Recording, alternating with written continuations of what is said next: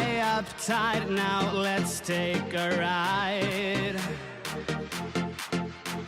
Flashing a smile,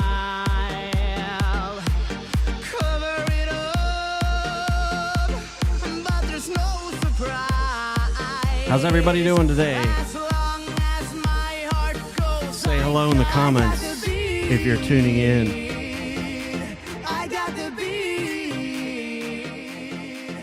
Do some jamming today.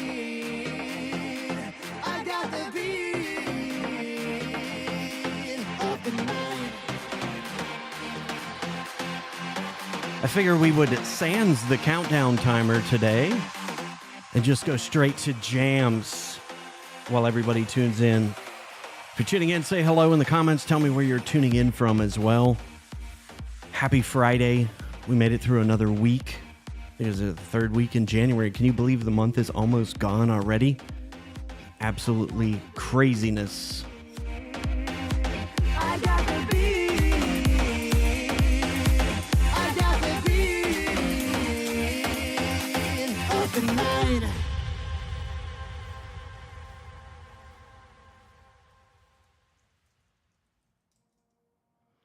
La la la la la.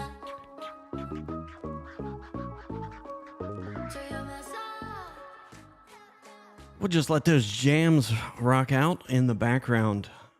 Welcome again to Happy Friday. This is our first official Friday jam session of 2023. I thought we would start something new this month and see if we can have a little bit of fun. Anthony Julian is tuning in again. 2 days in a row, man. You're going to be sick of me. We appreciate having you.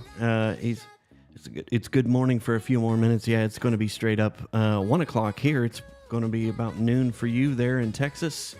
So welcome, Anthony. If you're tuning in on Facebook land, YouTube, or LinkedIn, say hello in the comments. We appreciate all of you folks who turn in. I was going to test out LinkedIn comments aren't working as usual. As usual, Microsoft's still breaking stuff. Boo. Yeah, we're going to have some fun today. So I'm going to test out the YouTube comments. We'll see if those can come up for us.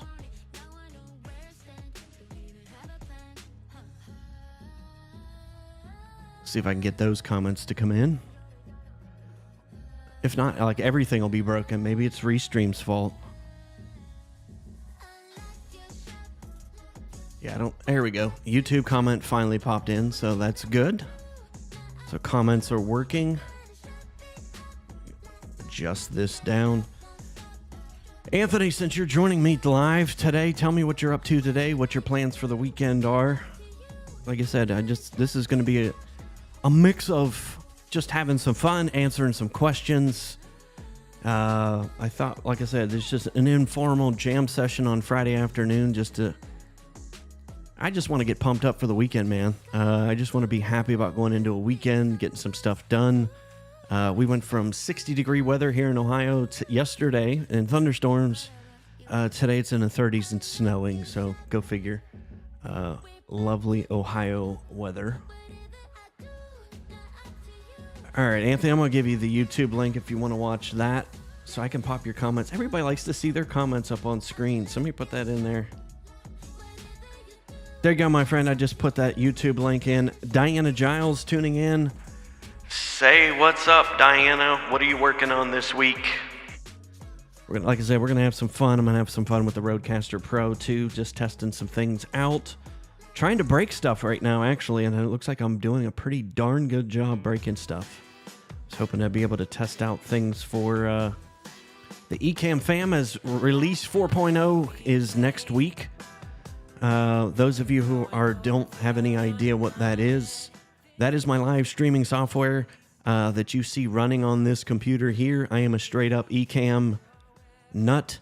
So everything I do is run through Ecamm Live. So all my training courses, all of my live streams, every single thing I do on video related, and my podcast is actually recorded through Ecamm Live. So I've got everything set up on the Stream Deck with two Stream Decks actually. My Rodecaster Pro 2. So if you have questions on that, happy to answer any questions there. It's kind of a top-down view. So I've got some questions that have come up inside of our membership site as well on our Team Orange this week. I figured what we would do is just take the opportunity to answer those live in this jam session. Just 1 second. I'm going to scoot these comments here so I can see them a little bit better. My old eyes. Got a laptop running over here to the left. Anthony says his plans are to review a new portal a buddy is working on, has a coaching course. So awesome. Let me know what platform they're using. We actually use Buddy Boss, built on the WordPress, so which we're absolutely loving. Anthony said, yeah, he gets paid to break things, as break and fix stuff. That's the world of IT for sure. For sure. But yeah, so I'm going to bust over and we'll just get to answering some questions. Like I said, I put in the YouTube link if those of you who want to, or over on LinkedIn, if you want to pop into YouTube, so I can put your handy dandy questions up on the screen like this, and you can be in lights, camera, action. Like I said, for some reason, I still love it when I get on people's live streams too. I like to see my questions put up on the screen. It's just something about that. So he's go high level. So yeah, I know they've got membership capabilities. I use high level for the back end CRM. I have that all tied into WordPress and Buddy Boss for our Team Orange site. So I love me some high level. So if you have high level questions, I'm happy to answer those as well. Sales, marketing, running a business, whatever. This is a whatever broadcast. Again, just our chance to hang out and jam. The tunes you happen to hear are provided via Epidemic Sound, royalty free. If you want free jams for your YouTube videos, for your live streams, head over to Epidemic Sound. I do have a 14-day free trial down there in the description, so feel free to check it out. So I am going to flip over to my slides, since these folks likely won't be joining me since they're in a different, over on the other side of the world. So I know it's like 2 o'clock in the morning for the folks that ask these questions. Like I said, if you have a burning question that you would like answered on this Friday jam session, pop that down in the comments. I am monitoring the LinkedIn comments, so never fear. I will answer your question. Like I said, I just can't put it up on the screen thanks to broken internets, man. Anyway, so the first question that I got was somebody who's just getting started out in business, and they wanted to know what the best way to get clients. And I thought that was a great question. It's a common question that I get. Yeah, Diana, here you go. We appreciate you switching over to YouTube land, so everything seems to be working there. So give you the old switcheroony. Like I said, LinkedIn's just got to get their stuff working. So thanks for hanging out with me, Diana. If you have, like I said, Diana, if you have questions, please feel free to ask away. But like I said, I've got a few questions that I wanted to answer on this live stream on a Friday afternoon. That way I can answer any live questions that you have as well. But these are common ones that I get. This came up to somebody who joined Team Orange this week and just starting out, and kudos to him for jumping into a group and getting questions answered. And I thought this was a great way to do it. Hey, we're just going to do it live. The best way to get started, he was thinking about going, just kind of going canvassing, where you just kind of go around to businesses, pop in the door and see what's broke. He happens to be an IT provider. Like I said, most of the folks watching are going to be IT providers. So I spent 30 plus years in the IT space. So big surprise that most of my audience is IT folks. But he wanted to know, is that a best use of his time as he's getting started to be able to get clients? And for me, I don't think it's I did canvassing. I remember in 2004 when I was starting my MSP, this was prior to LinkedIn. I didn't get on LinkedIn until 2006. But now that you have that, now that you have access to LinkedIn, that is going to be my recommendation for anybody starting a business, anybody wanting to get leads and continue to network to build your book of business. 10 years of running my MSP. The last 2 years were strictly off of mining LinkedIn and building connections. So if you're not using LinkedIn, that is a place that I definitely would start. And I definitely recommend, and you can do some of these searches, inside of the free account. But if you're just starting out, cost may be an issue, but if you're in business for any length of time, I recommend Sales Navigator. I don't get any referral money for this.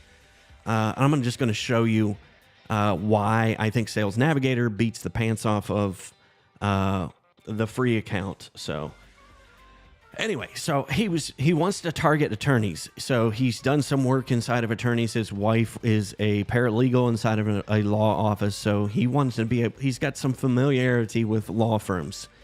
So this is what I would recommend. This is what I recommended to him. And like I said, if you're going to be targeting law firms, if you are catering to law firms, be sure to ask that in the comments as well.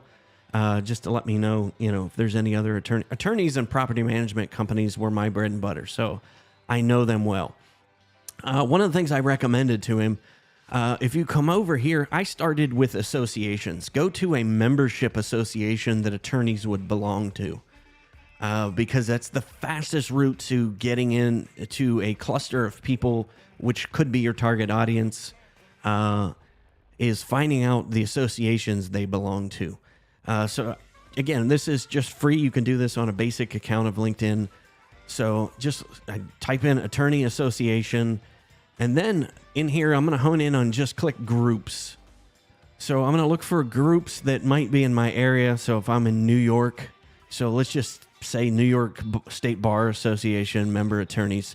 So if I click on that, so there's 1,216 members in there.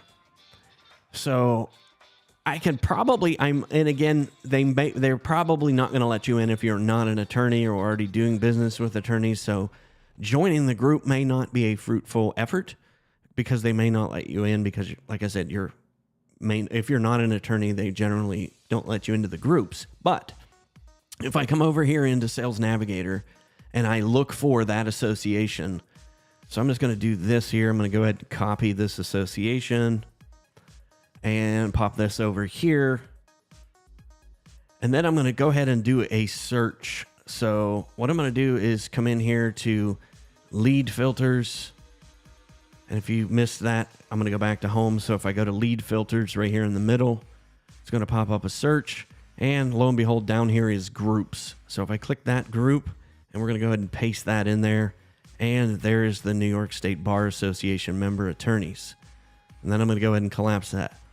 Hey, lo and behold, guess what? There's all my results for everybody who's members of that group. So what I can do is this, if you have somebody that inside the group, you can use that as a just straight message. Hey, I'm a startup business. I'm wanting to connect with other business owners here in New York State.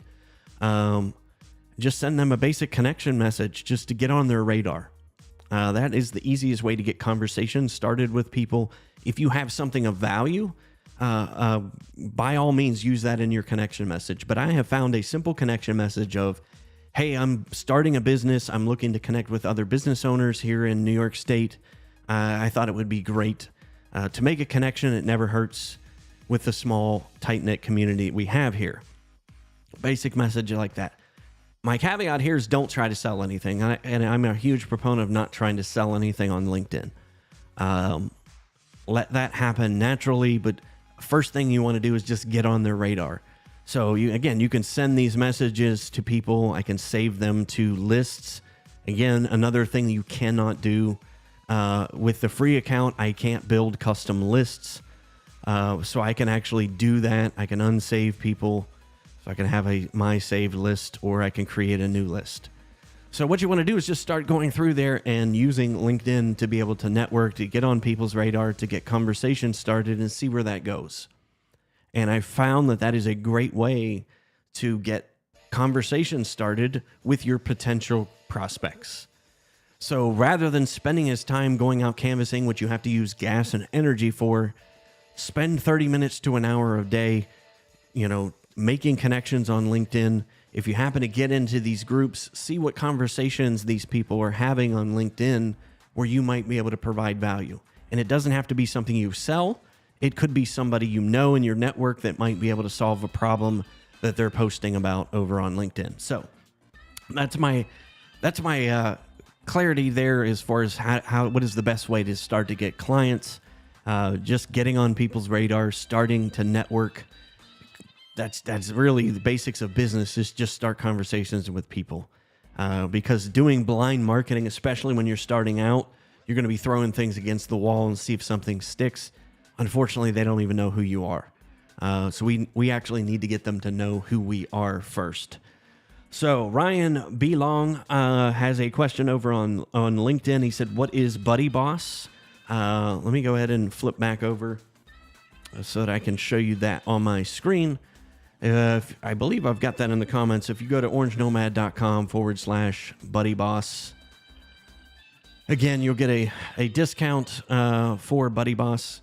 Buddy Boss is a membership learning platform. You can do a lot of things. So basically, it overlays inside of WordPress, and it turns your WordPress into a course or a community. So it's basically like getting your own social network. So I don't use a Facebook group for our Team Orange membership. I use Buddy Boss. So I can have all of that built right into the platform. So that is, Buddy Boss. It's basically, like I said, it's a theme and a platform that overlays on top of WordPress that turns, you could do direct messaging, forums, links. Like I said, all of our courses are inside there as well. So that is Buddy Boss. I know there's a lot of platforms like Mighty Networks, Circle.so that do similar things. Buddy Boss has been around for a while, and we've been using them, for probably 4 or 5 years now. Actually, it's been longer than that because all my course sites have been through Buddy Boss. But thanks for the question, Ryan.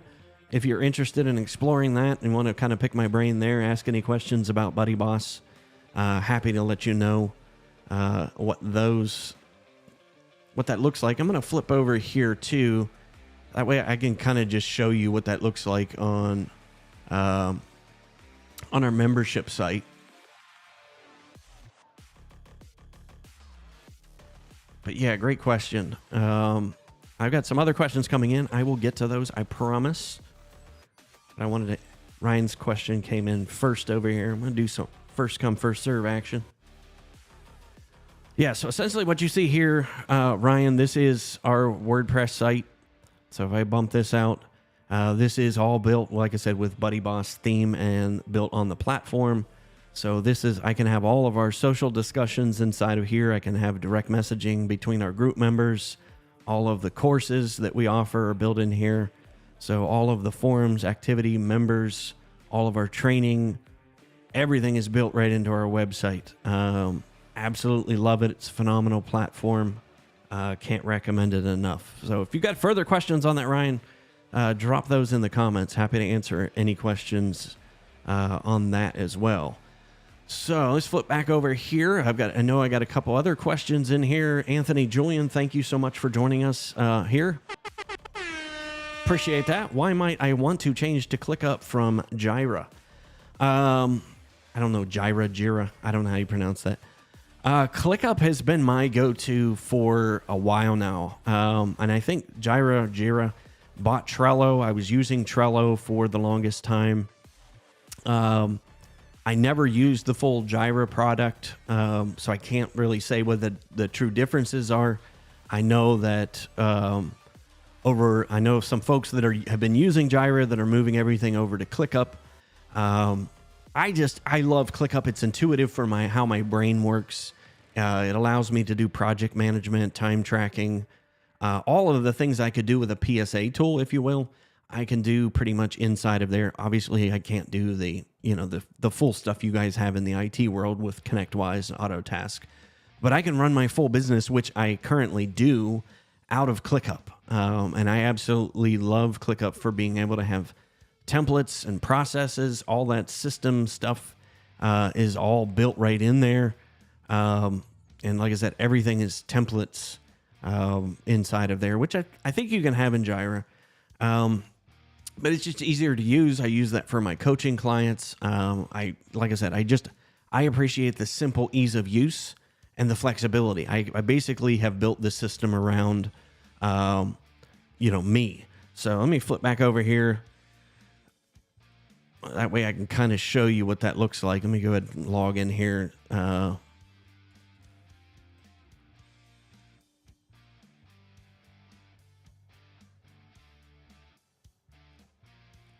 Let's see here. I'm going to go ahead and log in. That way you can't see my handy dandy passwords and all that fun stuff.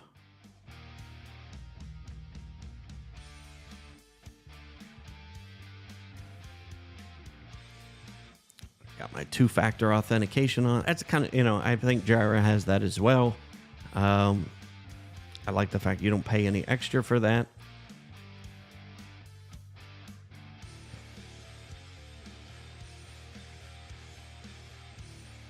This is a tribute to my heavy metal days.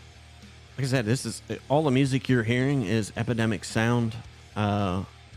Absolutely love Epidemic Sound. I jam out to that all day long. Use it in my live streams, podcasts, sometimes in our courses as well.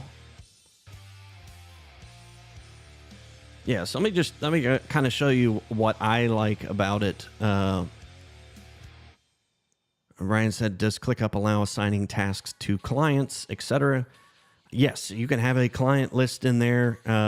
If you wanted to synchronize your client list with maybe your PSA, you can do that through Zapier or Make, which is Integromat.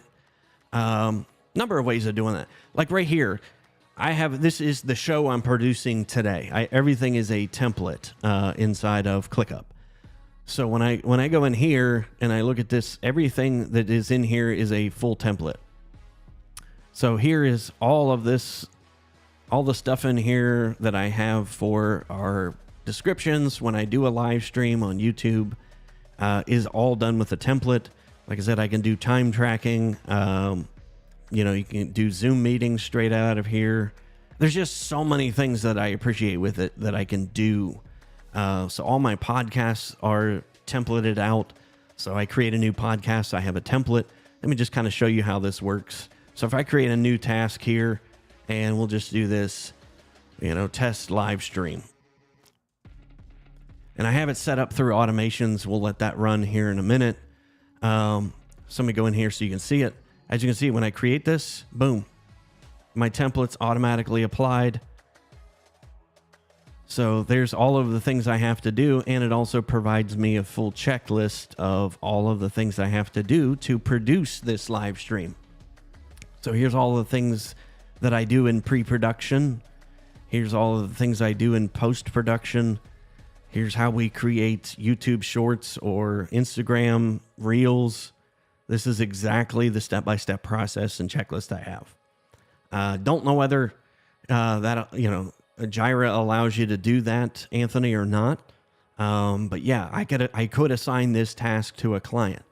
But I like the fact that when I create a task on this particular board through automations, let me go ahead and refresh my mouse so I can zoom in real quick here. Yeah, you can set up all kinds of custom automations inside here as well. Like I have two automations. So when a status changes, when it's moved to this list, it'll apply a template. But this is the one you just saw when I created the task. It automatically will do quite a few things for me. It will go ahead and automatically apply this template, my production template. It will set the custom field, which again, you have numerous custom fields. You can make it to your heart's content. My custom field is live stream. I have another custom field that actually references the template that I use to create this. And it puts it on a custom field with a particular playlist on my YouTube channel. It adds it to another list, which is my in production list, and marks it as in progress. Sets another custom field as live stream in that production list. So it does all of those things automatically for me. Saves me so much time. I've been able to condense so many tools into this one tool. It has been absolutely phenomenal. Anyway, Sorry, Anthony. He said, shucks, he wanted the passwords of my 2FA code. So anyway, yeah, so Anthony, to answer your question, yes, this is great for workflows. I wonder about bug tracking for software development. Yes, there's people using that for, I mean, this it's endless. This looks like much more shallow learning slope for my non-tech team. It is. Like I said, that's what I like about it too, because if you have an admin or just non-technical folks, they understand and get this. You know, I'm redesigning my full life operating system in here. So everything that I do in life is done in ClickUp. And I've created some videos out on our YouTube channel. So that's where you're at, Anthony. I'm going to be doing quite a bit more inside of our Team Orange, this membership site. That's why we're kind of doing these jam sessions, so I can get ideas of what people want and need. But we're going to all kinds of ClickUp videos we're going to be coming out with. I've had several MSPs approach me, so I'm working on and you'll see that down here at the bottom. I'm working on a ClickUp for MSPs program as well, so that MSPs will be able to set this up for use cases for marketing, for sales, for things that your PSA tool can't, and making that connection between maybe your CRM and your PSA, doing project management, basically how to run campaigns, how to get your admins to execute things in your CRM. Like all of those things are tied together. So this is kind of my hub. ClickUp is my hub. So yeah, so tell me about the full life operating system. I kind of teased to that in a couple of my videos a few weeks ago. But here I've got my full life OS built inside of ClickUp. Let me get you a good representation of that. So let me pin my favorites. We'll go here. So essentially, I've got everything in here. If you're not familiar with my Calm, my theme of the year is Calm. And this is kind of how I've built my life operating system. Calm is collect, action, and then I've got things that are live, and then maintenance. So CALM, go figure. I kind of came up with a neat acronym for me to be able to keep all this stuff configured in my squishy brain here. So again, C for collect. This is where I collect. This is where all the inputs. So when I have tasks or ideas, this is where they would go. And then once those ideas go in there, I have scheduled time for me to be able to action those things, whether that's putting them on lists or putting, just assigning them where they have to go. My whole thing is get things out of my brain, have a central repository to put them. That's my collect. And then I've got spaces of time each day where I actually action the things I actually have to do. And then I've got, things that are in that live, like what we're doing right now. It's actual live stream. But those are my in progress. Like all my content creation is in progress. So that lives here. And as you can see, super simple for people to be able to use. Not a high learning curve for ClickUp at all, if you do it right. I made a big mistake and I made it way too complex the first time around, and it actually fried my brain. I created way too much complexity, so now I've got everything simplified into a life operating system. So all my personal stuff goes in here. Everything that I do lives inside of ClickUp now, and I've got shortcuts widgets on my phone to be able to do that as well when I'm on the go. Yes, it is my amalgamation, Anthony, of getting things done. So it's kind of second brain from Ali Abdal and Tiago Forte, getting things done. It's basically taking an amalgamation of a lot of project management, productivity. Like there's just so many things that didn't work for me in a lot of those. So I've kind of taken the things out of a bunch of different programs or methodologies and made my own, because that's kind of how I think as an introvert, as somebody with ADHD and just all of that going on in my brain. This allows me to really focus. So like I said, I kind of take a little bit out of each thing and make it into something that I can actually do. So yeah, sure, I can see the marriage of those. I'm doing Obsidian. Yeah, that is one I've tried out Notion. I've tried to do some things in Notion.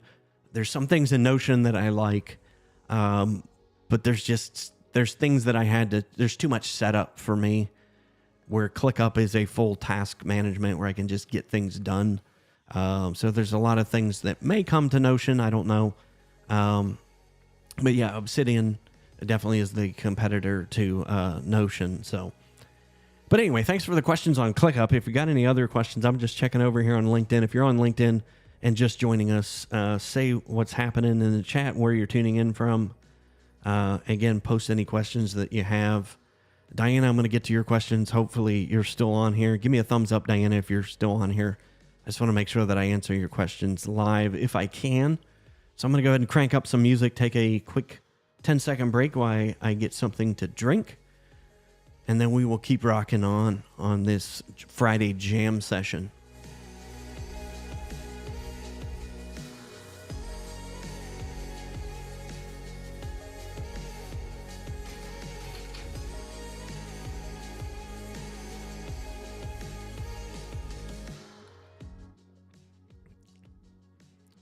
Awesome. Anthony, there is a link in the description since you're over on YouTube. Again, yes, it's an affiliate link, so this is how I get paid for doing free content. You don't get charged anymore. I get credit with the folks over at ClickUp. Anyway, and you get a free trial as well. Diana's still on here. Thank you, Diana, for hanging out with me. I'm going to jump to your questions today as well. Anthony's tuning in today from the coffee shop, so hopefully you got your earbuds on, man. So we'll crank it out with some of the music we got coming up on our playlist. So I'm going to flip back over so I can answer some of Diana's questions. Let's see here. Diana said, might be hard to answer without knowing more specifics. I don't have a great background for doing videos. My office has a built-in L-shaped desk, which makes it hard to fit a typical backdrop. So, Diana, is your backdrop part of the room, or is it the wall? Because I'm going to flip over here and see if my camera's still working. So, actually, I'm gonna walk real quick so I can kind of show you my setup, Diana. I might drop audio because I don't have my wireless mic on, but that way I can pick this camera up and actually show you what I've got going on here. Actually, we'll do this. So mine is actually a 12 by 12. So my backdrop is actually a wall that's about, 10 feet that way. Nothing on this wall. I've got a lot of stuff. Still haven't decided what I want to put on that wall. But anyway, this is actually just a little nook that this room came with. I don't know whether you could see it. So it's kind of a bump out here. It's not quite 4 feet into the wall.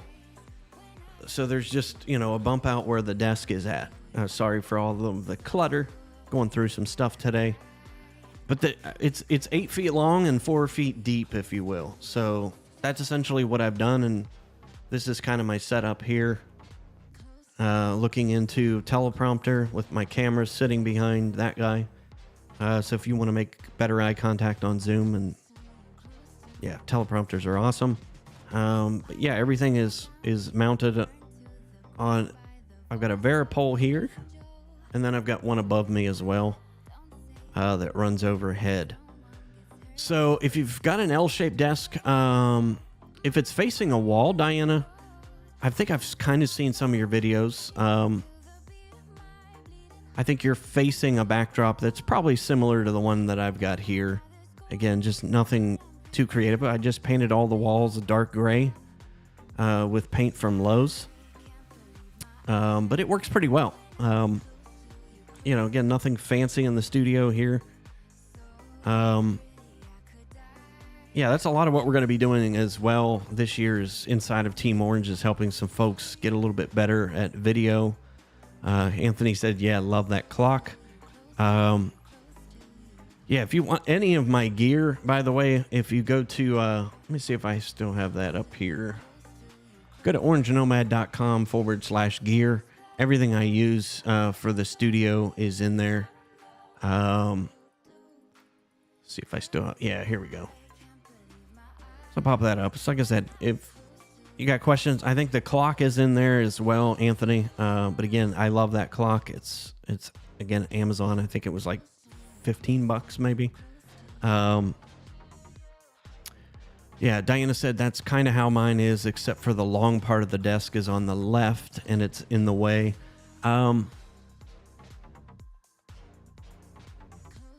Yeah, sketch that out for me, Diana, too. If you want to shoot that over to me on LinkedIn, just kind of a rough sketch. I mean, I'm happy to try to answer any kind of questions. If you just want to kind of, I'm terrible at drawings, so don't feel bad if the drawing's bad. So just kind of sketch things out as kind of where your camera is at and where things are facing. And I might be able to give you some ideas as far as lighting and camera position and maybe how to use, the room. Let me know what kind of camera equipment you have too. I'm happy to answer any questions on that as well. But I've kind of, like I said, this has been a work in progress this past year, getting a lot of that done. But yeah, just a dark background with even just a simple video light. Let me flip back over here so you can see that as well. Yeah, you'll just see right there on top of that guitar is just a video light pointing down to shine the orange. But it shows up real well in this shot here with this camera. So I do kind of like that. Yeah, so like I said, don't feel bad if the drawings are, yeah, no problem, Diana. Like I said, just sketch that over, shoot it to me on LinkedIn or email, whatever's easiest for you. Yeah, just happy to kind of sketch that out. Like I said, we're going to be doing a lot of this inside of our Team Orange membership this week or this month. In the next few weeks, just helping people level up on getting systems and process put in place, especially around video and content creation. If you're interested in having us produce videos and shows for you like this, I'm going to be opening up a few spots for our Orange Nomad Media, which we quite haven't launched yet. So those of you tuning in live get a free preview. Yeah, we're going to be launching Orange Nomad Media. We're going to be doing some remote video production where we'll take videos like this. And as you may have seen, my Do What Is Necessary live stream that we've been doing since 2020. Also do a show with Richard Tubb, Pete Matheson, and Scott Riley on Wednesdays at 11, the Not an MSP show. So if you want something similar like that produced, we'll take care of the video production. We'll take care of editing. We'll take care of doing the social media post, doing some trimmed down versions of it, small bite-sized content that you can post out to all your social media. But yeah, we're going to be doing a lot of that. If you just want to learn how to do it on your own, that's cool too. All that we're going to cover inside our Team Orange community. Like I said, I'm going full tilt heavy into coaching and teaching this year. Not just on our YouTube channel, some of the free stuff that you see, but we're going to go super in depth behind the scenes over on our membership site. So we were talking about Buddy Boss earlier with Anthony. Yeah, this is a lot of what we're going to be doing in our training. We're going to be doing ClickUp training, live stream training, LinkedIn training. Yeah, just got all kinds of stuff coming up this year that I'm absolutely super excited about. Let's see, did you have another question in there? Diana said, yeah, I thought about having my handy husband build a custom shape frame that you can have a printed canvas stretched on it. Yeah, I mean, that's one option as well, Diana. The other thing you could do too, I mean, like I said, just a simple background on, if you want to hide the background, if you want that taken out, there's some pretty inexpensive, like not green screen. Like I bought a green screen kit a while back, and it had the green, I think it had green, white, and a black sheet in there, just canvas with 2 tripod stands. So that might be something to try as well, Diana. Just clamp it on. And I think, man, let's go check Amazon. I'm trying to think of which ones they were. Let's go look on Amazon. See.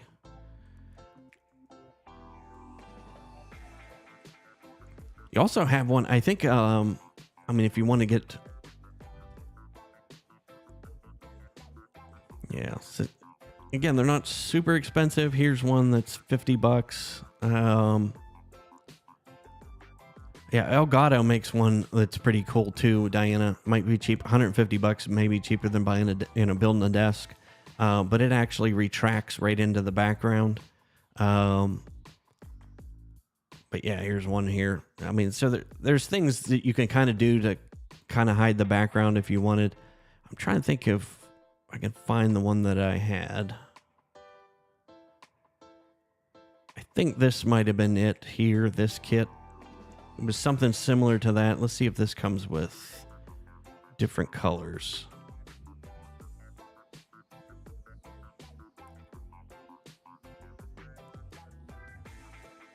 Yeah, the one, like I said, the one that I had green, black, and white. Yeah, it looks like that one only has... Yeah, it only has the green chroma key. Anyway, if you want to look for one that's like that, like I said, it comes with tripod stands. But yeah, I just like the black, and then just buy a video light to put on the background of it. Trying to think of the one that I've got. Actually, let's go here. I'll show you which one I have, because I don't think I put the green screen kit on it, because like I said, I don't use it a whole lot.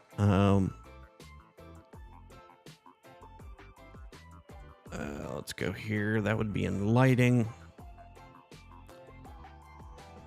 Yeah, a little light like this that you can hang just to shine color, because these are RGB lights, so you can shine different colors. This one works pretty well. This one's super bright, so actually a lot brighter than the Aperture one. But I think this is like $60 on Amazon. Let's see here. Maybe $70. So, but yeah, that is a great light just for shining maybe a pop of color on the background. That's what I used a lot in a lot of my videos when I first got started. I just was up against a dark colored wall, and I just had a orange, yeah, big surprise, orange light shining on the back, just to give it a little pop of color behind me. So, but yeah, if you want to let me know, Diana, like I said, I'll look for that. Happy to answer any questions on setup. Let me just double check over here on LinkedIn. If you do have questions, please pop those in the chat for me. Let me make sure I didn't miss any from Anthony as well. But yeah, Anthony, if that clock is in there as well, I think I've got that one in... Trying to think of which one I put that in there. Was it video gear? Yeah, there's that clock right there. So there's a digital clock. Again, Amazon. Yeah, $28. Yeah, I got the wireless version of it, but I keep it plugged in. So Hank Jensen joining us from LinkedIn land. Hello, Hank. Appreciate having you jump on here. We're just doing a freestyle today, Hank. If you've got questions about sales, marketing, ClickUp, live streaming, anything in general, and running a business, happy to answer those questions. This is, like I said, this is our just a jam session. Figured we'd jump on here, answer questions that people have about setups. But yeah, what I'm going to do is check chat. Anthony, if you have any more questions, let me know. I'm going to pump up the music for a second, take a drink, and then I've got a couple other questions that I wanted to answer that came in this week as well that I thought maybe our audience might be asking as themselves.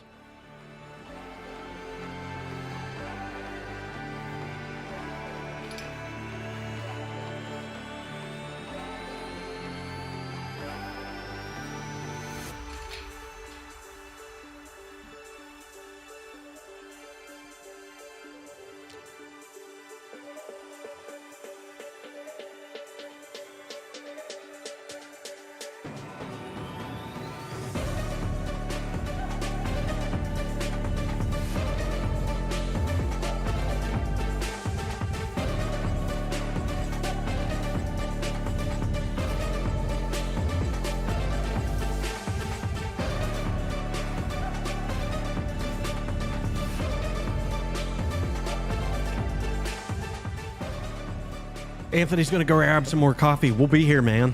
figured we just let this jam session go for as long as you folks want. Answer some questions. Yeah, I love the water bottle. Yeah, that was I waited the longest time to grab that one from Starbucks. But I think I paid $10 for it. I just would not pay 30. Waited till it went on clearance. But yeah, we'll be here, Anthony. Like I said, I got a few more questions that have come in this week that I wanted to answer while we are on our jam session this week. But yeah, if you have questions, burning questions that you'd like answered, I will do my best to answer those for you. Show you anything in this squishy head of mine to be able to help you with your business. So another question that I had come in this week was this one. And I kind of did a sneak peek of this for folks that are in the Tech Tribe in December. But we're going to be doing a lot of things around this. Yeah, Hank just asked, where should I start regarding marketing for MSPs? That is a great question as well. And as soon as we're done with this, Hank, as soon as this stream wraps up, you can actually rewind to the beginning of the show because I actually covered that. I had that question asked. Yeah, he's like me. We tried everything from SEO to interviews to cold calling. Yeah, we've done a bunch of things. Hank, I believe you are in the Tech Tribe, if I'm not mistaken. But let me know if you've gone through my 30-day MSP growth map or my LinkedIn growth map course over on the Tech Tribe. I'm just curious to see where they're, because I've got some ideas that worked inside there for me, and that we've signed $10 million in MRR using my LinkedIn strategy that everybody inside Tech Tribe has absolutely for free. So, but yeah, if you've got any other kind of follow-up questions on that, I'll look for your reply. My laptop battery, we're going to test the battery on this M2 MacBook Pro. I'm down to 9%, or MacBook Air rather. So anyway, did not charge it before we went live. So what I'm going to do is I'm going to scroll back over here and answer this question first. May kind of answer some questions that you have around lead generation. This is one that comes up quite often. Yeah, so Hank said, yes, you're Tech Tribe members, so awesome, working through your courses. Yeah, I've got, like I said, I've got some things inside the growth map, between the growth map and the LinkedIn course that you have access to. There's strategies in there that most MSPs won't implement because they're just kind of, they're not hard. They just take a little bit of work. But if I can help you with any of those, Hank, tag me inside the Tech Tribe. I will give all of the help that I can give you as you go through those courses. But those are places where I would start. Get the basic understanding with the Marketing Foundations course that Nigel put out. The follow-up to that is the 30-day MSP growth plan. So that really shows you how to put together a specific message to apply to your clients, how to do, I'm assuming you have got a target market, specific niches that you deal with, but how to create content, how to put out content, how to connect with people on LinkedIn to see that content, but one that tells a story about what you do specifically and isn't cookie cutter. It's not copy and paste. Again, it's no place, not faulting anybody for getting started with the copy and paste, but you will find that will not take you where you want to go. Doing things like this right here and answering questions for your customers live has brought me business every single month, and the ones that are doing this in the MSP space and beyond are getting customers because you're able to build know, like, and trust in a live arena like this where I can answer questions without selling you anything. So, like I said, there's things in there. Lunch and Learns are back. We're now back to in-person events. That's another course that I gave to Tech Tribe members. We're going to refresh that one for 2023. But I found that doing events, creating your own buzz is the best way to get clients and the best way to not waste your time and effort doing things that probably won't work, because I've been there. I spent well over $100,000 as an MSP trying to figure stuff out, and I did exactly what you have done, Hank. Tried SEO, tried cold calling, tried direct mailers, did all of that.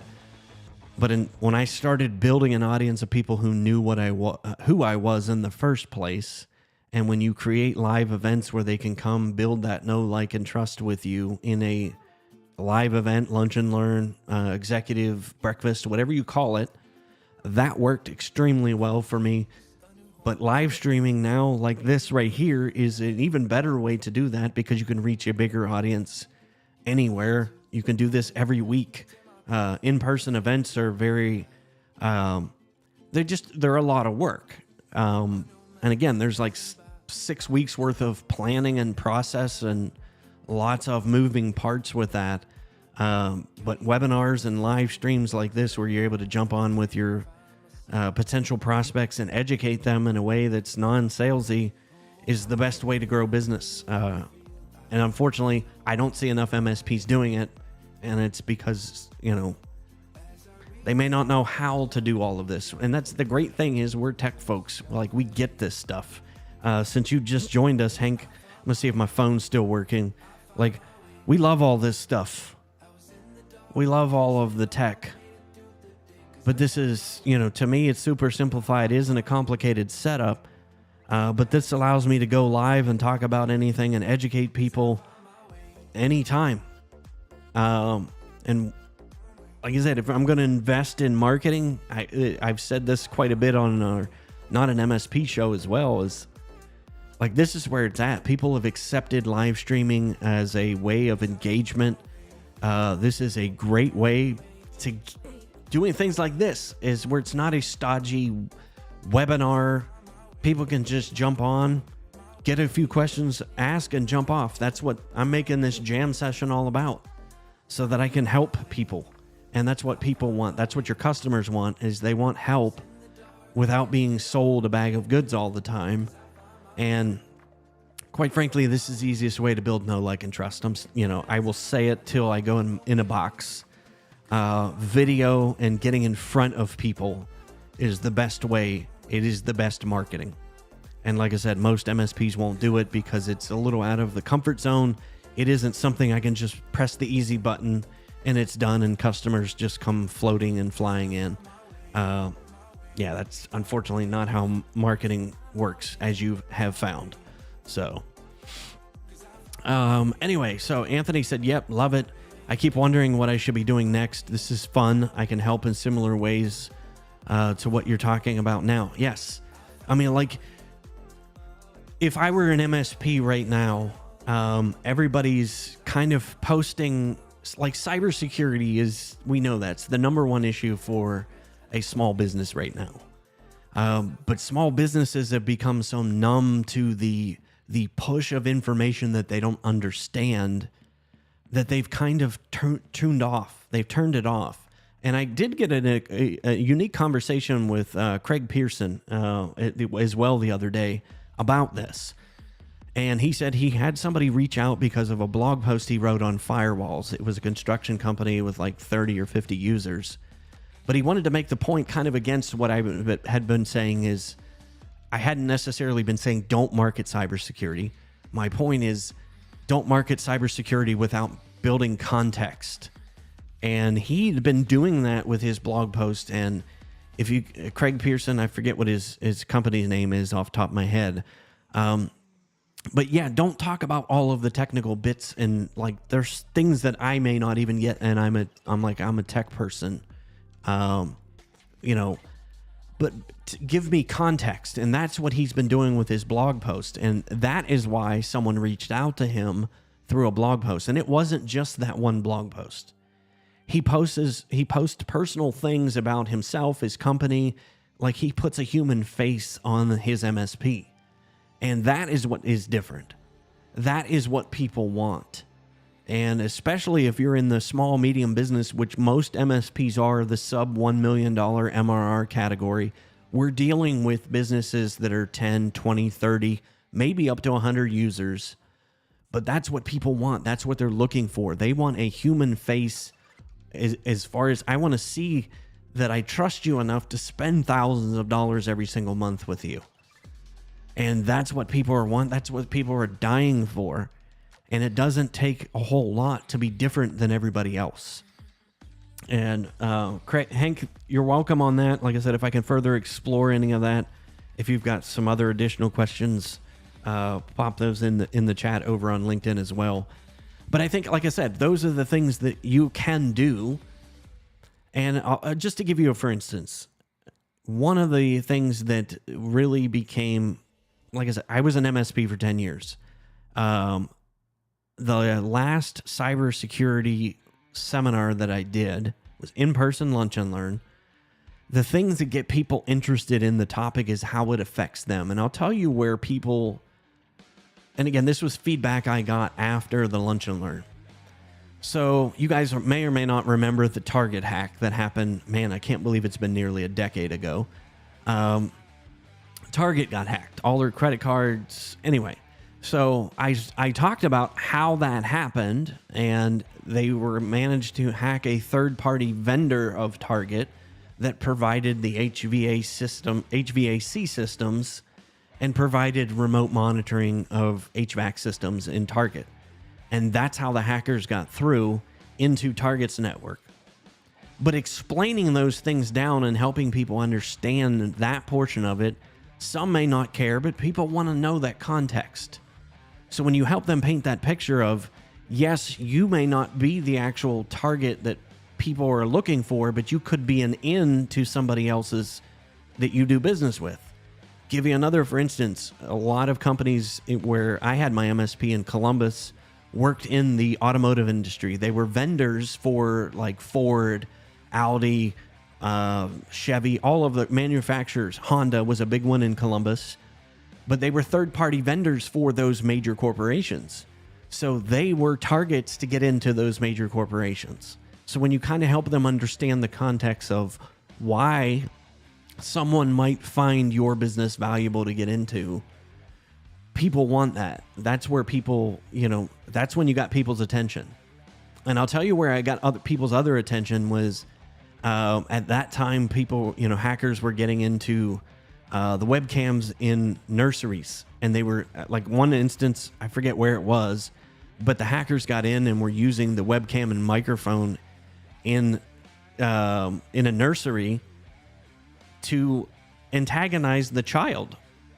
And when you tell that story, and it came about because the hacker got into dad's laptop, dad brought laptop home on the home network, hackers got access to his home network and were terrorizing his child through the webcam that they were using to monitor their baby.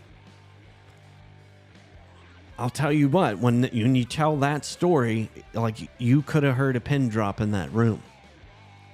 So when people don't care, well, it doesn't matter, my house doesn't matter, it does. People are working from home more than they ever have. But those are the kind of stories that you need to help your client to understand. And those are the stories that you can tell as an MSP. And we know of all of these first-hand accounts of what can happen with cybersecurity. So I'm just giving you one, for instance, about one topic, about all of the things that you may provide to a client. But yeah, this medium right here, and you having the ability to educate, and the tools and the software and all of that stuff has gotten way better than what it was when I started back in 2020 doing this. Right when the pandemic started, I started live streaming as something to do to help people, to pass the time and to be able to help people. I've fallen in love with it. I'm an introvert. This isn't what I do naturally. But I have fallen in love with this medium. I have fallen in love with the interaction and being able to connect with people. Anthony said, I am so deep in security and have become bored by it. So that's the thing. Your customers, your prospects have too. We got to be able to change that story up and be able to put the unique spin, the context that they need for the content that you're putting out. Hopefully it makes sense. But like I said, if you've got questions over on LinkedIn Land, you're just joining us on this Friday jam session. I haven't answered this question yet, but this is one of the ones that came in this week. So I'm going to take a quick drink, and then we're going to take a deep dive into really understanding a lot of people don't know how many leads you actually need to close a client. And this is eye-opening when I do this exercise with our coaching clients. We're going to do this exercise together.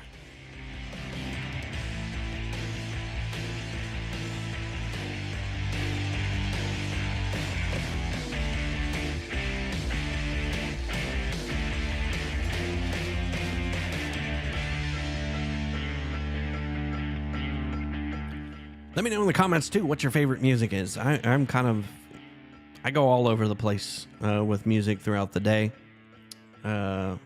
Lately, I've become a country fan in the midst of COVID, something I never thought I would be. But yeah, I do country. I was a hard rock fan back in the day growing up. So I kind of like the mix there. Like house music. So yeah, figured we run the gamut. Yeah, there's a good one, Anthony. Yeah, the Xbox attacks Jim Beck's son.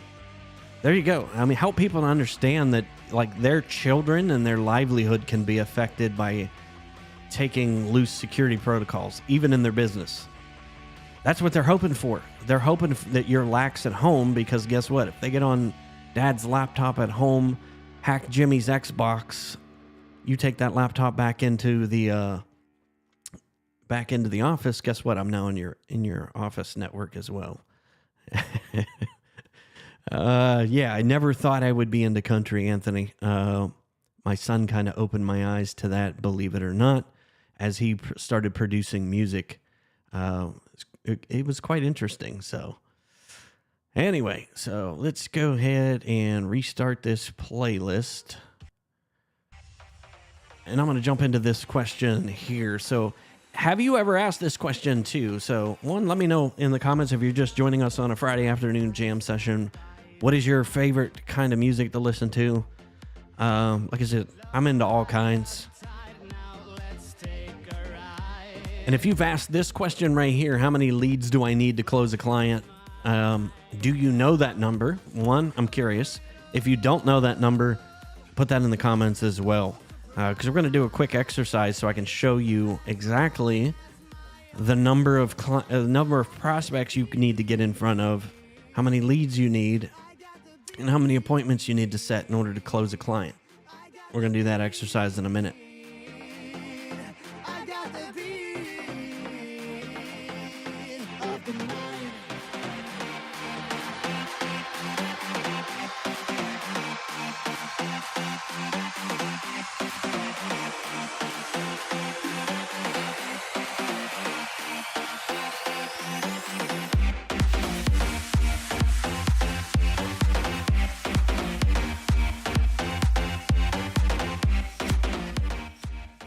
No takers on that question.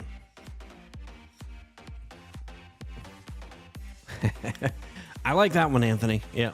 I only need one lead to close the client. It just needs to be the right one. Yeah. So I'm going to show you how to get to that right one and how to build that. When I finally got this one too and really understood this exercise,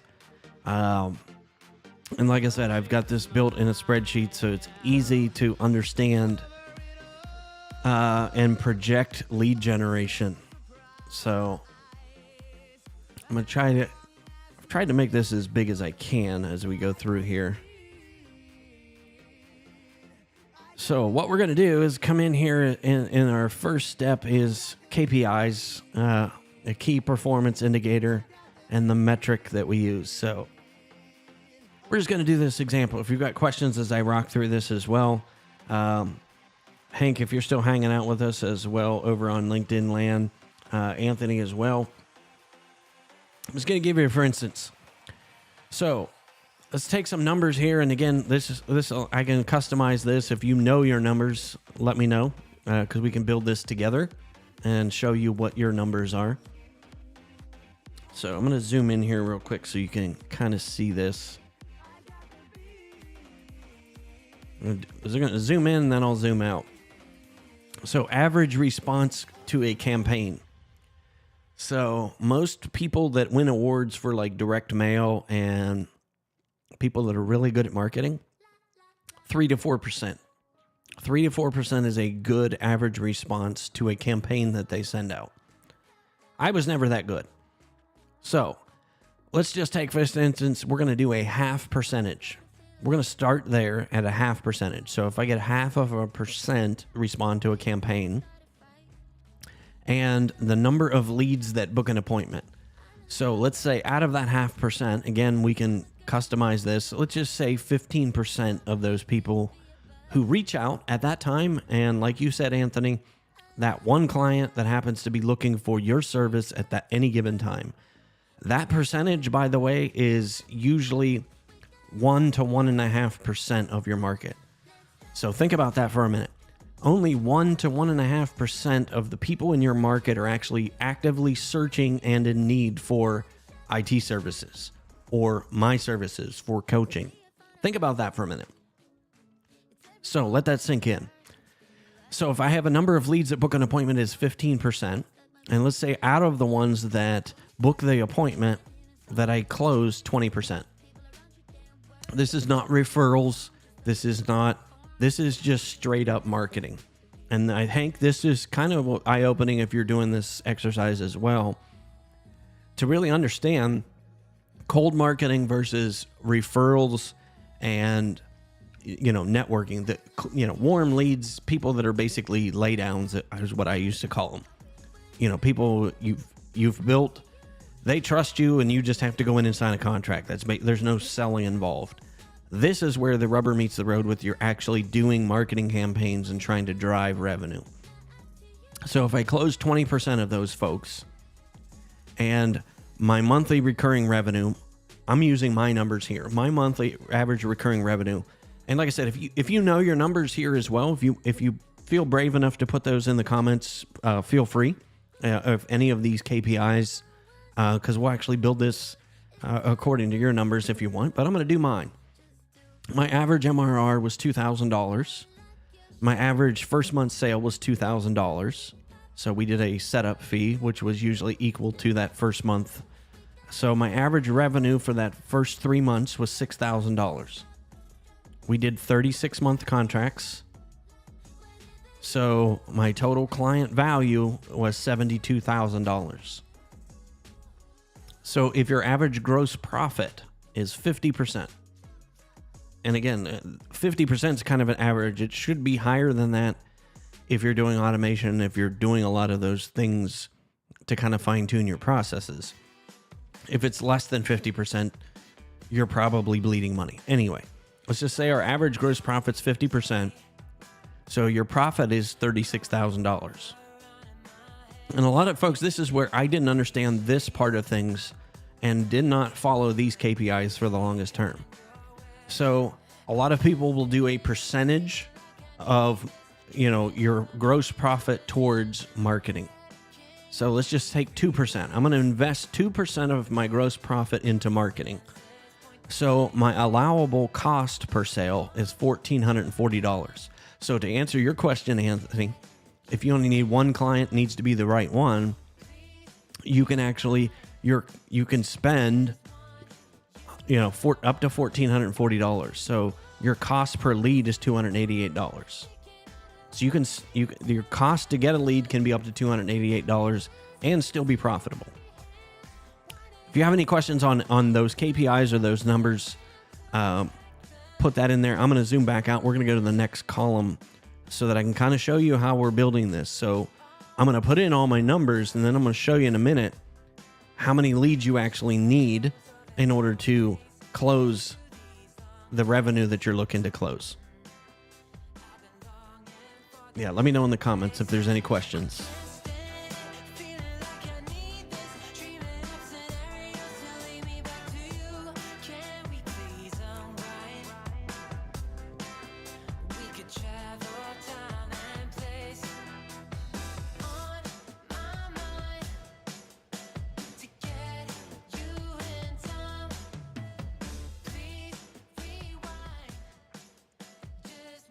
All right, so now we're going to go in here and do our quarterly planning. And I've got my general numbers put in there. So let's just say there's 13 weeks in this quarter, and I want to make $5,000. So that's basically 1.5 clients if I want a $5,000 sales goal. So if I have a $5,000 sales goal that I just want to close 1.5 clients in a quarter, not month. So I just want $5,000 in revenue. Now I'm going to drill over here and look at my metrics. So the number of new clients that I need, and again, we're going to round down for the purposes of this. So I need one client to make that $5,000 in revenue. In order to get that one client, I need to book 4 appointments for the quarter, which is 1 per month, which is 0.32 for a week. So again, doing the math we did in that first column, I need 28 leads. We're working backwards here. I need 28 leads per quarter. I need 9 leads per month, 2 leads per week. Now, this is where it gets flabbergasting that people don't realize this point of it. In order to do that math, the total prospects you need to target is 5,556. How many of you right now have a database or a target database of prospects that is 5,556? That I'm curious too. It's okay if you don't, because most people don't. Hank says we're good so far, so good. Keep going.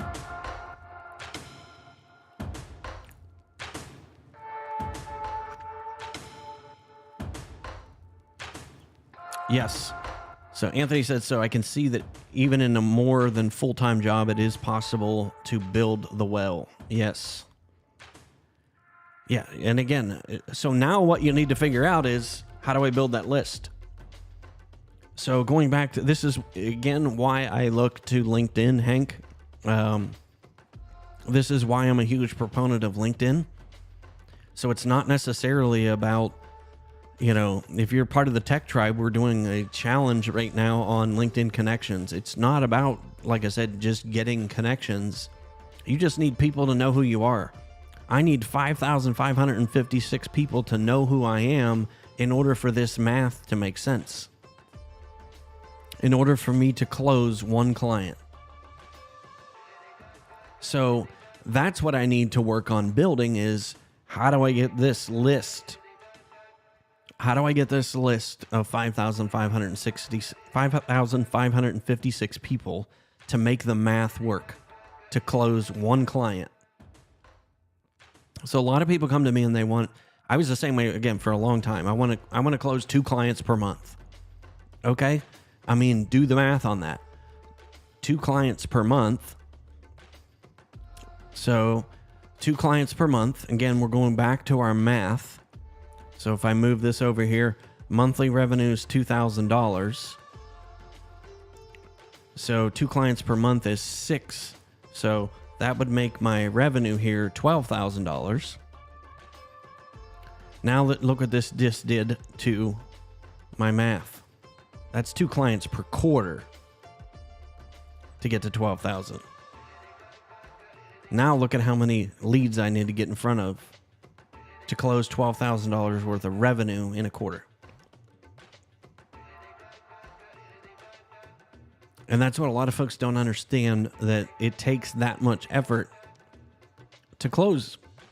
Now we look into, Hank, what you were talking about. Now before we do that, now we look at the tactics. How do we go about doing that? And I think this is where it gets interesting. Now that you have the number and you know what that number is, I'm just going to come back here. We're going to backtrack and just, again, make that 5,556.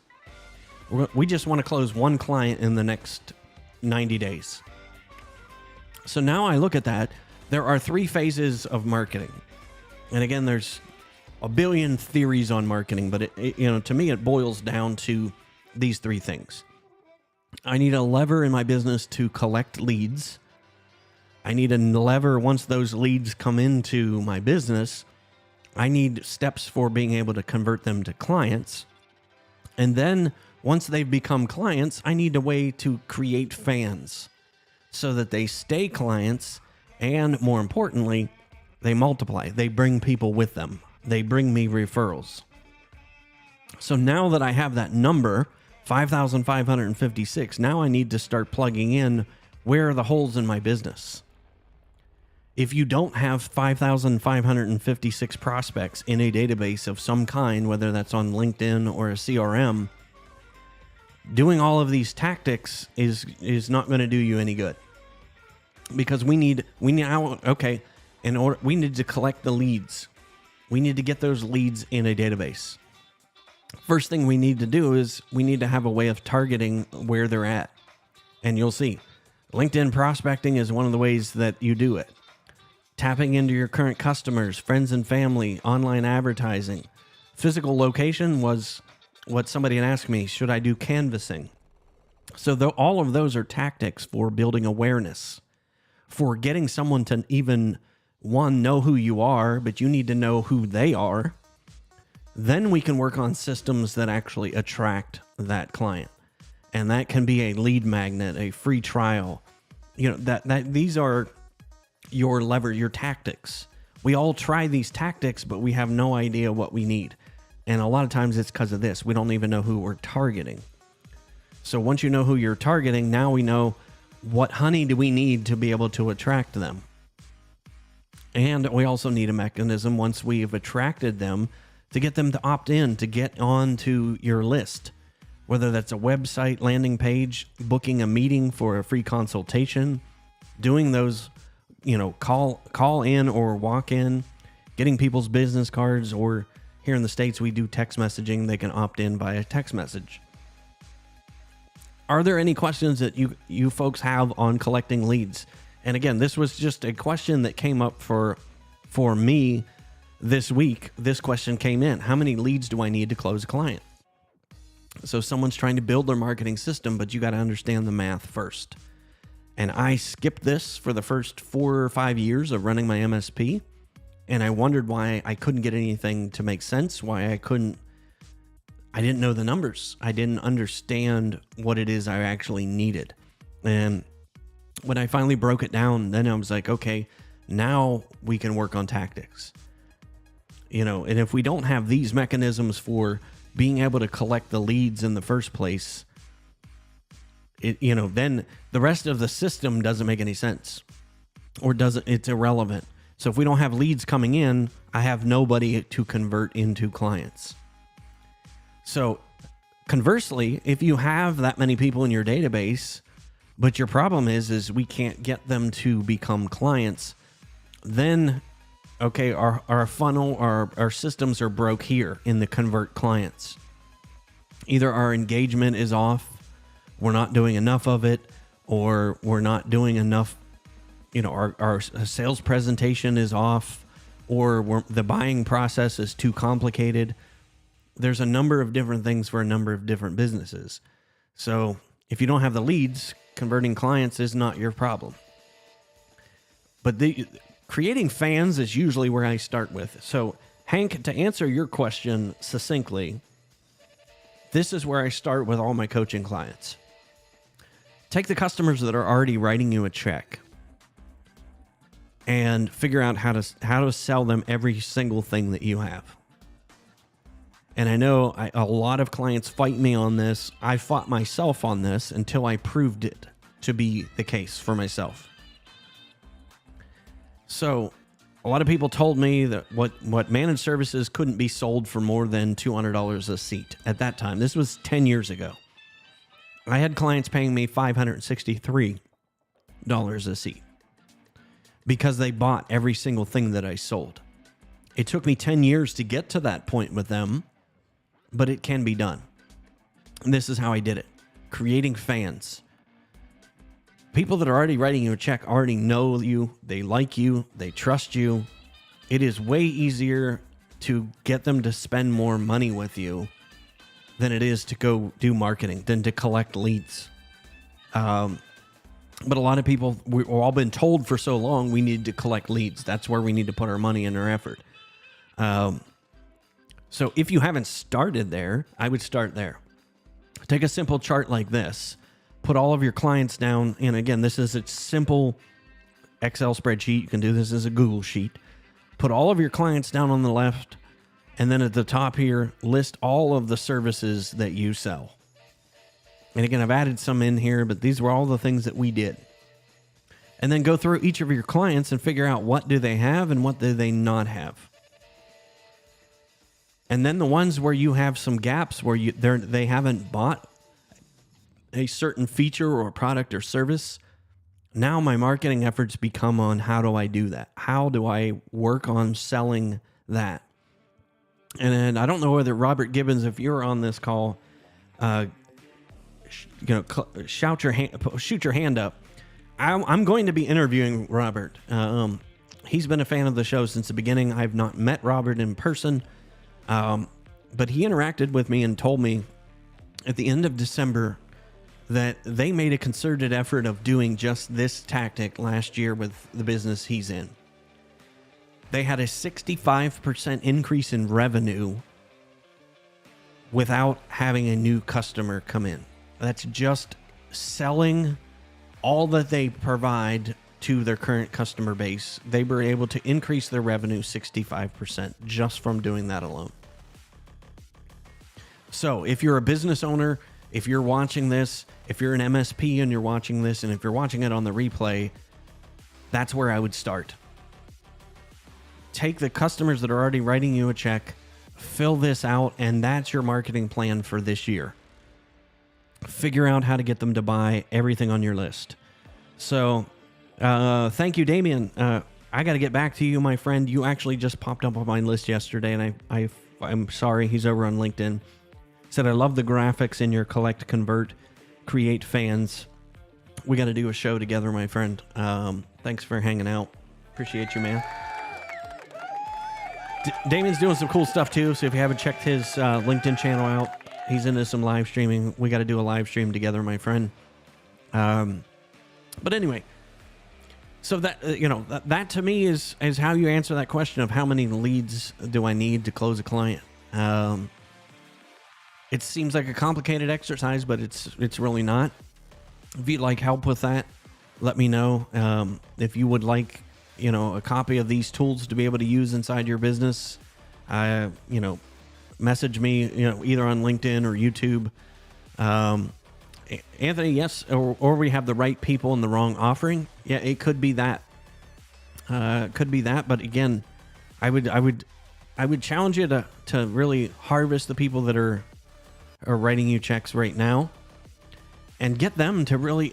That's your market research, and when I started actually figuring out why people bought from us, why they keep buying from us, and you answer those questions, that's your marketing. That becomes your marketing. That becomes the story you tell in your marketing. That makes your marketing different than everybody else because you're not copying and pasting it. You're telling the exact story, the exact reasons why that particular customer bought from you. And generally, people in the same lines of business, same industry, same niches are very similar. They have the same wants, have the same needs, have the same goals. Again, take attorneys, for instance. They do. And when you start to understand why attorneys were buying from us, we understood that we did really well with family-owned attorneys, and especially family-owned attorneys that were in the first 6 years of opening their firm, because they were just like us. They were small firms that had the exact same problems we have. They had sales and marketing problems, had HR problems, they had tech problems. How do I scale and grow? All the questions that we ask as business owners, they have too.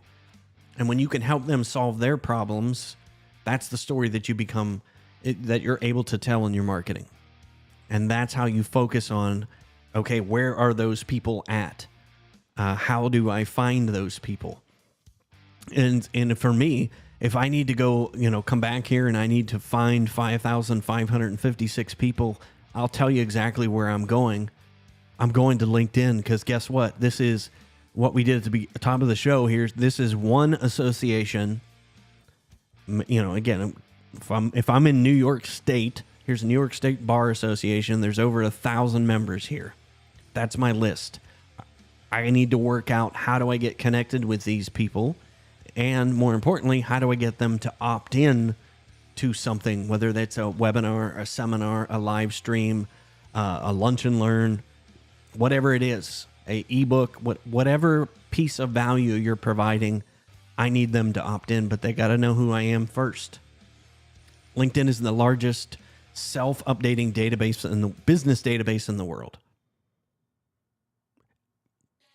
Mic drop, and music ended right there. It is the largest self-updating database in the world, and you have all of that access at your fingertips. When people are posting things on LinkedIn, I can see what things they're posting about. Guess what? That becomes the topic of a lunch and learn. That becomes the topic of a live stream. Start to see commonalities in this market. Okay, he's obviously posting things about ChatGPT. So if I'm an IT provider and I'm an MSP right now, and I start to see attorneys are concerned with ChatGPT or they're interested in ChatGPT, there's the topic of your lunch and learn. There's the topic of a live stream. Show them how to use it. Give them ideas on how to use it. Guess what? They just build that know, like, and trust factor in you as being an authority in that particular topic. And when you create your own buzz, when you do these live streams like this, there's no better way to get people's attention. They don't have to spend anything. They can jump on this session. I know there's people that are watching this right now that are just gathering information, may not be chiming in on the comments. It's Friday afternoon. But guess what? Somebody might be watching this after the fact where I answered a question for them or I gave them an idea.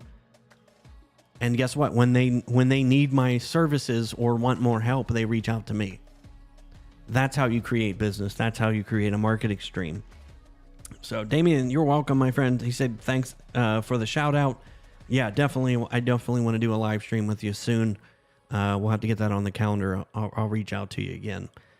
But that's how I'm doing it. I'm going to LinkedIn. When I need to build 5,553 leads, that's where I'm going. I'm going to LinkedIn. Okay. There's a list of 1,000 people I can now start to have conversations with.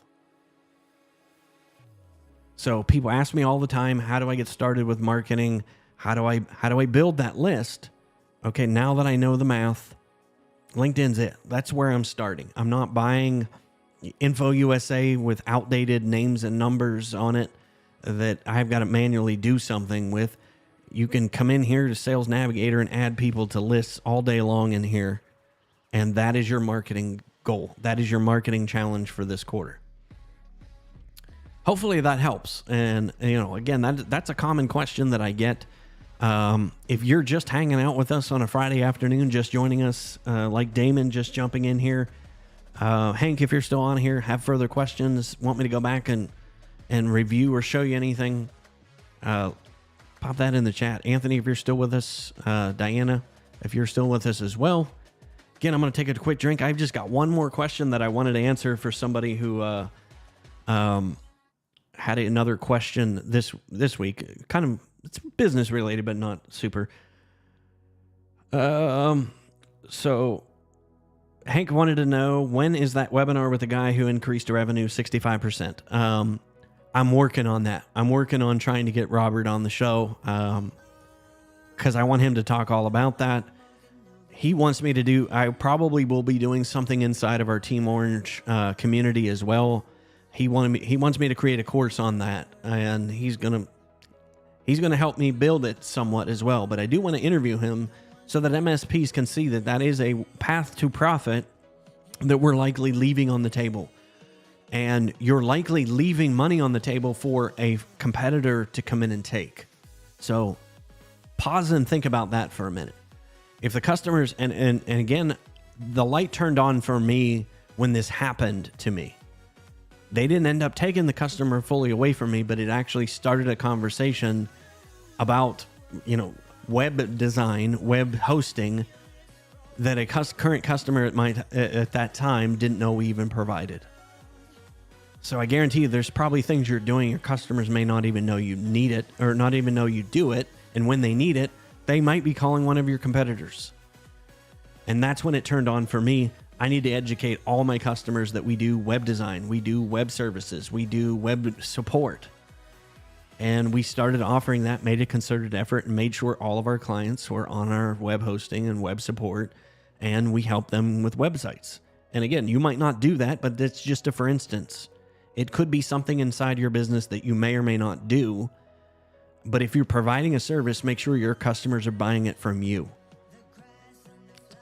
I'm going to mic drop on that one. But Hank, when that does come out, I will definitely let folks know. Because I know we talked about this on the Not an MSP show with Richard Scott and Pete, that, yeah, it's definitely a thing that we definitely need to get in front of MSPs. So, especially when we go into tight times, where, we're going into some more tough economic times this year. So you want to make sure you don't lose a client to a competitor because somebody else is searching for a service that you might already offer. So, just a thought. I'm going to take a quick drink. We're going to wrap this one jam session up with this last question.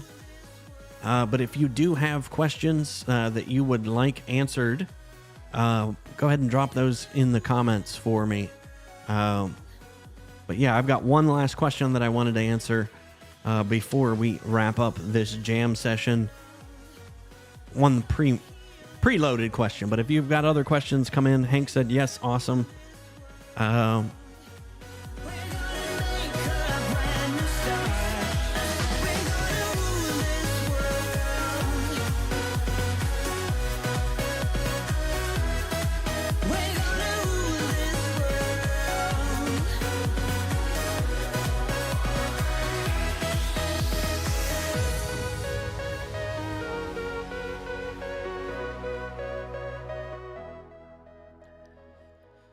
Anthony said yes, that was definitely an issue he had. People only thought of us as a certain part of our business and didn't get that we offered much more than they realized. Yes, that happens all the time. And like I said, that's where that education comes in. And that's where doing things like this, just jumping on and say, hey, we do this.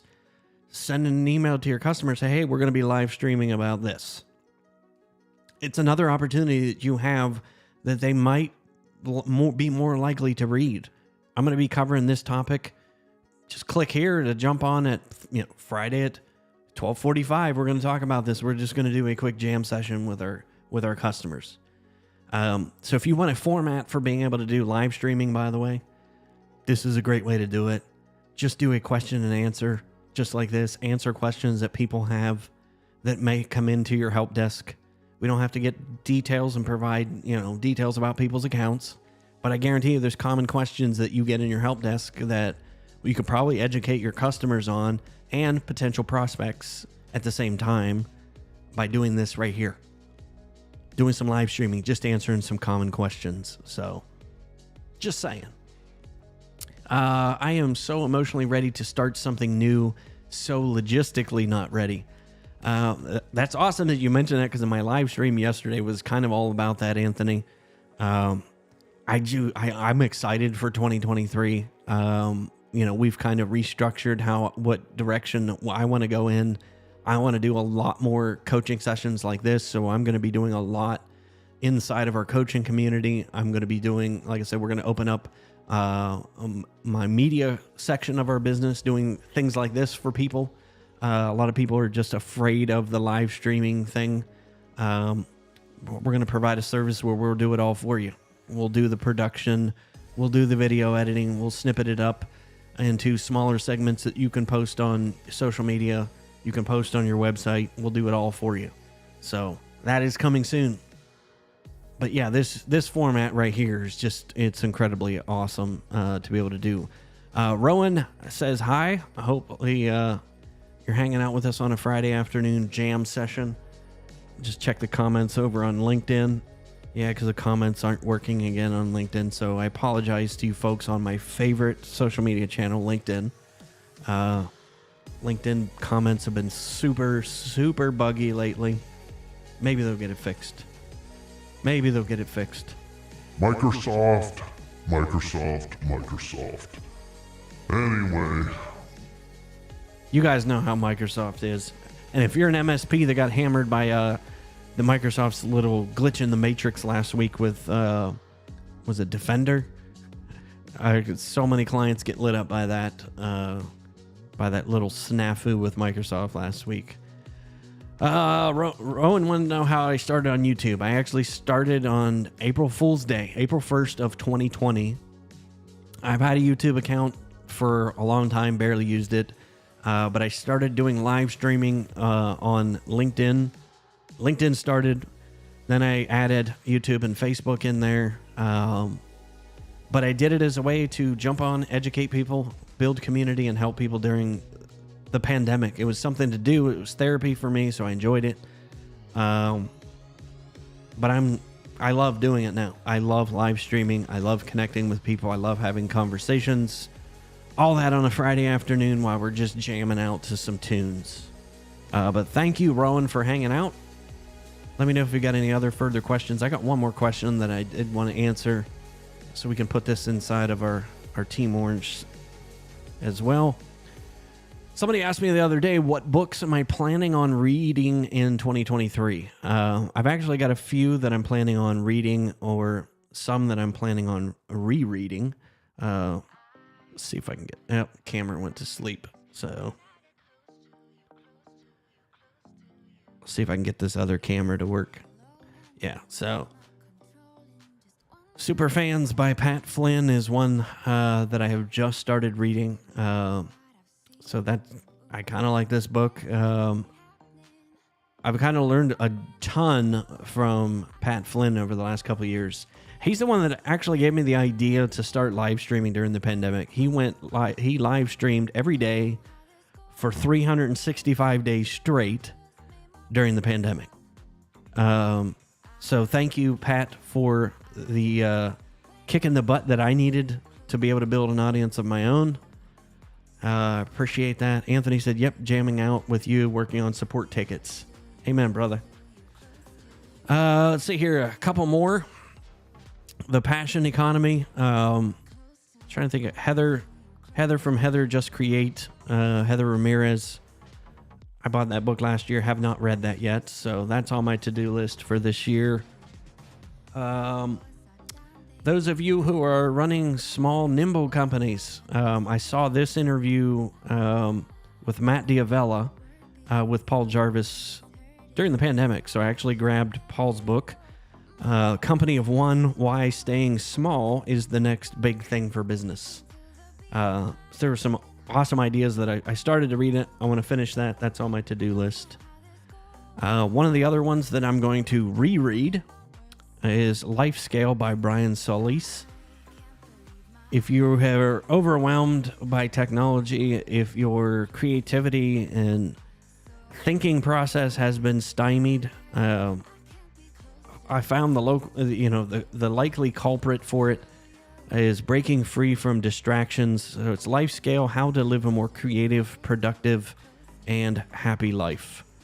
So I definitely recommend that book. That is a keeper. I wish I had the top-down camera, but I'll just try to show you. He's kind of a little map to be able to visualize. I'm a roadmap fan, so that's why I kind of got this idea for a lot of my courses was from this book that I started to read that before the pandemic hit. But it's an excellent book. I was kind of that way where I was kind of stuck. I couldn't actually sit and read a book because we just want to pick up our daggone phones all the time. But that really helps you to see how much we're manipulated by social media, how much we're manipulated by our technology. So definitely a great book. So Anthony, yeah, that is. So you've read that, Anthony? Give me a thumbs up that you've read that. I'm assuming you have. Rowan is in Belgium. I am in Ohio, so I'm in the United States. But yeah, good to have you hanging out with us this afternoon. Here's another one that this has kind of become the roadmap and the Bible, if you will, for my calm business framework, my building calm framework is what I'm calling it now. This is a book. It doesn't have to be crazy at work. This is written by the two guys that run Basecamp.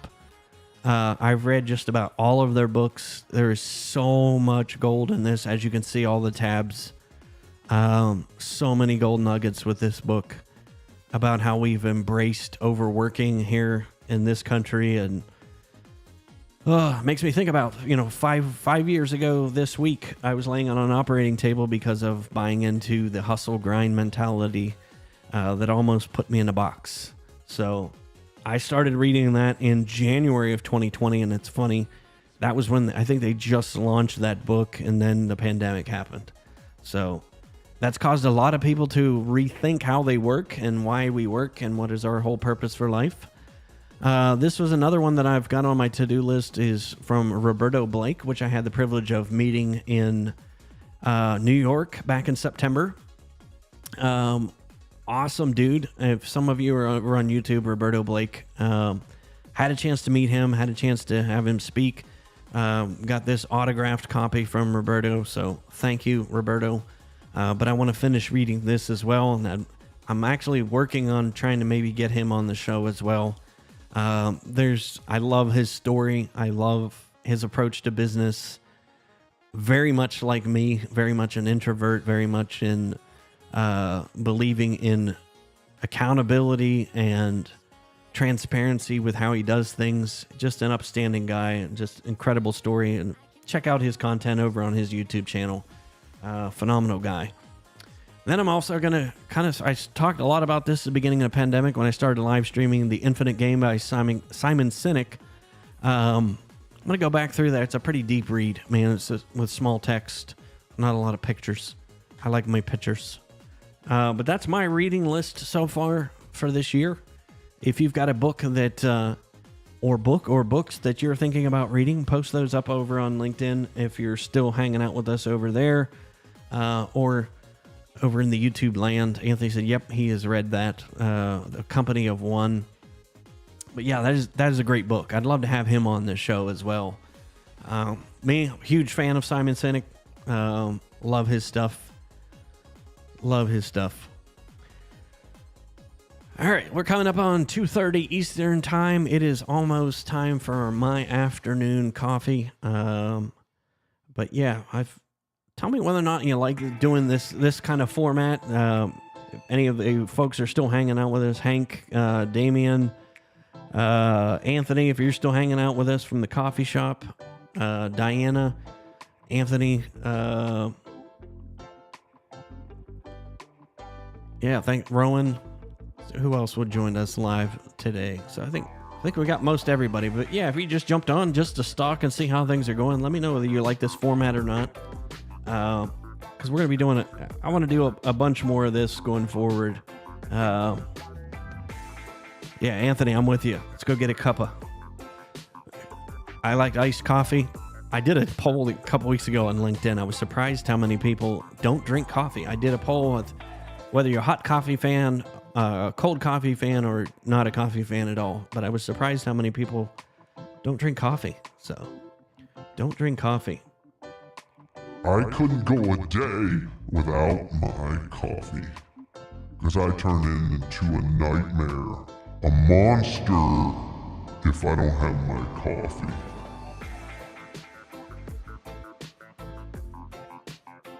Anyway, I'm going to hang out for a couple more minutes here and see if there's any other questions that come in. But I appreciate those of you who hung out with me today. And if you happen to be interested in, I've talked a little bit about it. If you're interested in what Team Orange is, what my Building Calm framework is all about, check that out, orangenomad.com/Team Orange. That is my coaching community. We're going to be doing tons of stuff where we help you work on your business. Jam sessions like this, we're going to go even deeper. We did this one to the public, but we're going to get a lot more in-depth on some of these jam sessions, or co-working sessions, focus sprints, office hours, Q&A. Lots coming up this year that I am super excited about. So Anthony says, yes, he is a cold fan. Yes. I mostly like my coffee pure black. See, I'm a coffee flavored sugar milk. I can't do the straight black thing. But yeah, laptop is dead. Let me see if there's any more comments. So I made it almost through a live stream with 10% battery life. So not bad. A 3-hour live stream with 10% battery. Let's see if there's anything else out on LinkedIn land here.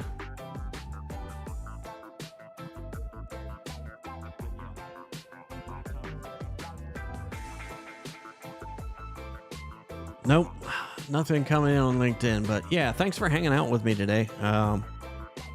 This was fun. This was a whole lot of fun for me.